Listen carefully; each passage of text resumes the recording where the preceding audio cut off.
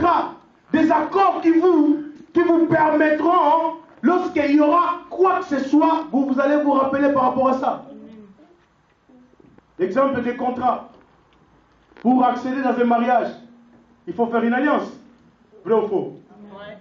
Pour accéder, bien aimé, dans ces bâtiments, pour que nous puissions louer cette salle, certainement on a loué cette salle, mais on a conclu un contrat avec le propriétaire, le bailleur. Même pour un appartement, pour accéder à un appartement, il faut un contrat. Vrai ou faux? Ouais. Même pour marcher avec Dieu, il faut un contrat. C'est très important. Et ce contrat-là, dont j'ai dit du Nouveau Testament, de la Nouvelle Alliance, a été conclu au travers de ce que Jésus a accompli sur la croix. Au travers du sang qu'il a versé. C'est pourquoi quand nous prenons la Sainte Seine, qu'est-ce que nous disons? Que nous vivons le sang de Jésus, qui est quoi? Le sang de l'Alliance. C'est parce que Jésus a versé son sang que nous avons accès dans ces contrats avec Dieu. Est-ce que quelqu'un me comprend? Amen. Les enfants d'Israël, lorsqu'ils étaient en esclavagisme, la Bible dit que Pharaon a commencé à faire souffrir le peuple. Il a commencé à maltraiter le peuple. Qu'est-ce qui s'est passé après? La Bible dit que Dieu a entendu les cris des enfants d'Israël. Il a entendu les gémissements qui font pousser ses oppresseurs. Et Dieu s'est souvenu de son alliance. Exode chapitre 2, verset 24. Pour que Dieu puisse intervenir dans la libération des enfants d'Israël en esclavagisme, il a fallu d'abord que Dieu puisse se souvenir d'alliance qu'il avait conclue avec leur père. Il est important, bien-aimé dans le Seigneur, de conclure avant toute chose une alliance avec Dieu. Comment nous concluons une alliance avec Dieu? C'est sur un autel. C'est sur un autel qu'on conclut l'alliance. L'autel, c'est quoi? L'autel, c'était un lieu sacré qui permet à l'homme de se communier avec Dieu. On ne peut pas parler de l'autel sans parler de la communion avec Dieu. Or, qu'est-ce qui constitue la communion avec Dieu?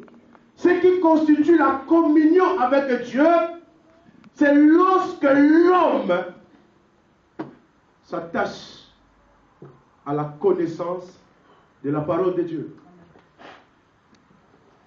Premièrement. Deuxièmement, il faut que la personne puisse être un homme ou une femme de prière. C'est seulement par ces deux moyens-là que nous pouvons communier avec Dieu. Est-ce qu'il y a quelqu'un qui me comprend? Amen. Est-ce qu'il y a quelqu'un qui me comprend? Amen. Balancez un peu la main. Parce que je vous vois un peu fatigué. Est-ce qu'on est fatigué? Oui. Est-ce que tu peux acclamer pour la gloire de Dieu? Acclame pour la gloire de Dieu.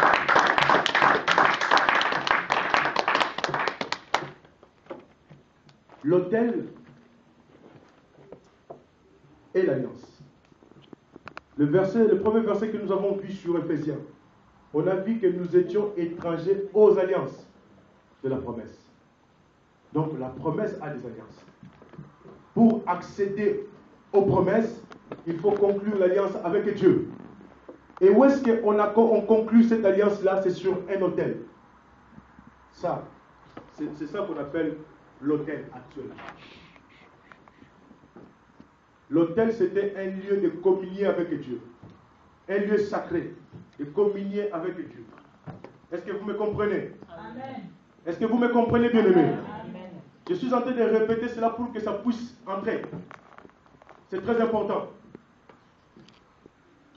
C'est comme ça que la Bible dit, dans le livre de Josué, chapitre 1, verset 8, que ce livre de la loi ne s'éloigne point de ta bouche, mais médite-le jour et nuit.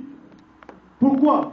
Pour agir fidèlement selon tout ce qui est écrit. Parce que les enfants d'Israël, ils avaient une promesse. La promesse c'était quoi? Accéder à la terre promise, le Canaan. Mais Dieu les a dit qu'avant que vous puissiez accéder au Canaan, quand vous allez entrer, la première des choses, appliquez ma loi.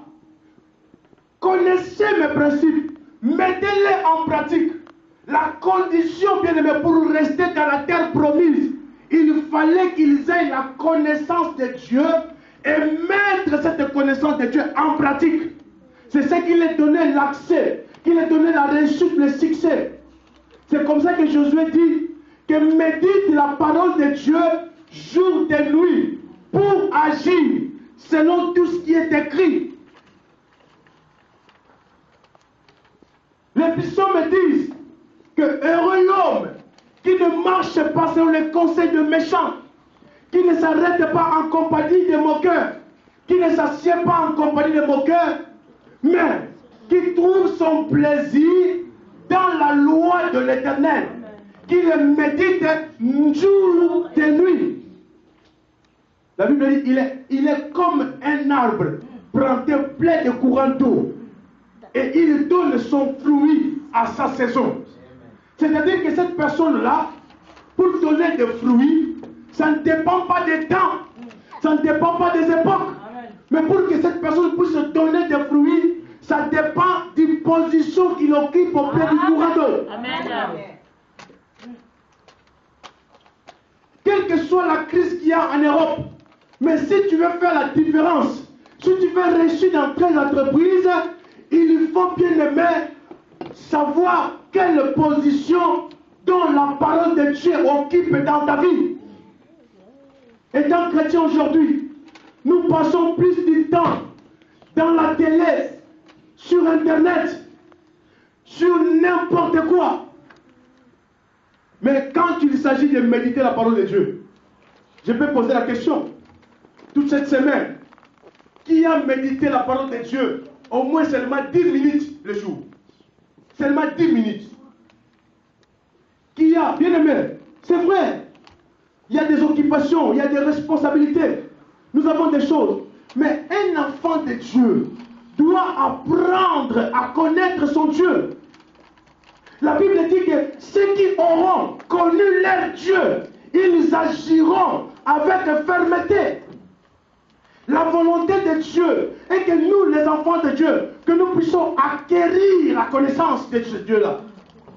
Toi, tu veux hériter des promesses, mais tu ne sais pas comment est-ce que ce Dieu fonctionne. Comment est-ce que Dieu va te bénir?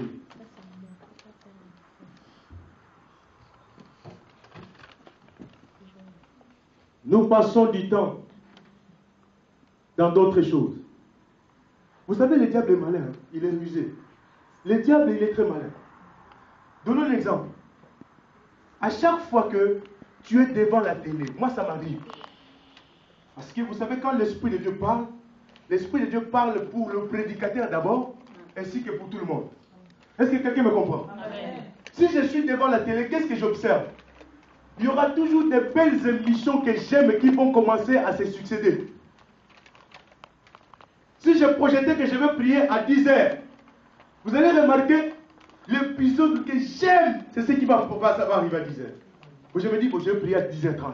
L'épisode finit, il y a une autre chose qui vient.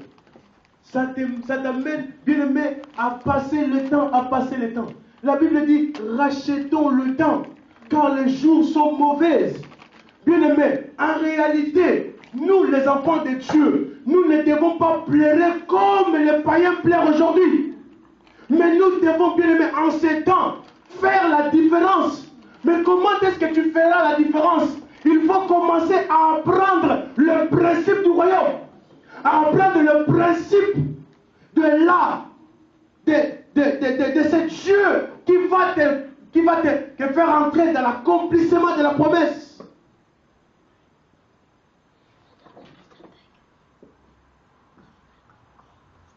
C'est seulement dans la lecture, dans la méditation de la parole, que nous pouvons accéder à la connaissance de la parole de Dieu. C'est seulement, bien aimé, en cherchant à écouter la parole de Dieu,